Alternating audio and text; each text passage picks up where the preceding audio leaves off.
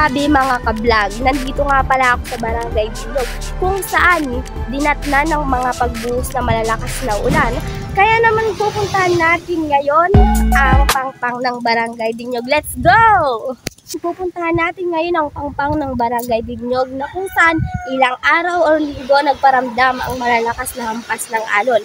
Kaya kitang-kita ang malalakas na alon kung saan dito sa Barangay Dinyog ang mga bangka nakikita nyo malalakas na alon kasabay din yan mga ka-vlog ang malalakas na ulan kung saan ngayon.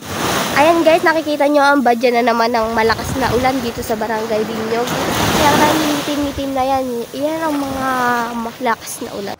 Ibang klase itong paglakas ng alon dito sa Barangay Dinyog kasi isang buwan nang walang laot ang mga mangingisda. Nakikita nyo yung mga bangkang nakataas sa likuran ko. Ayan po ang mga bangka ng mga mangingisda dito na hindi sila makalaot kasi sobrang lakas ng mga alon. Nakikita nyo po yung pagmalakas na alon na yan. Ngayon lang po medyo tumahimik.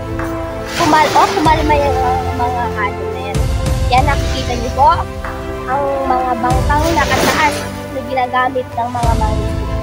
Kaya naman pupuntahan natin ang isang kapanayam na mangingisda.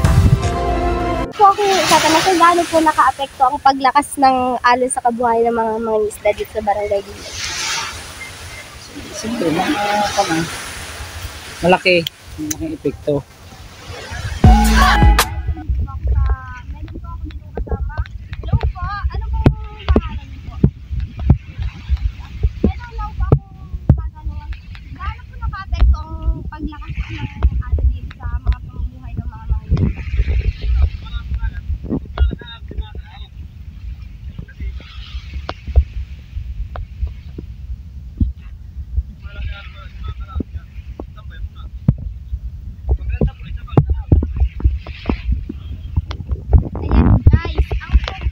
Ayan mga ka-vlog, meron nga po ako na isang nakapanayam na sinasabi na malaki po ang epekto ng paglakas ng alon dito sa Barangay Dinyog.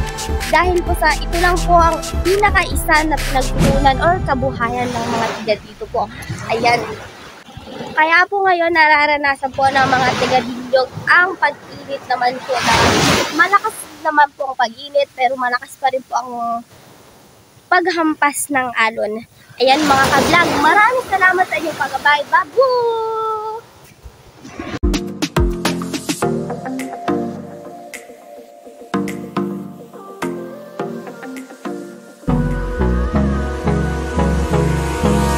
Hold me close till I get up.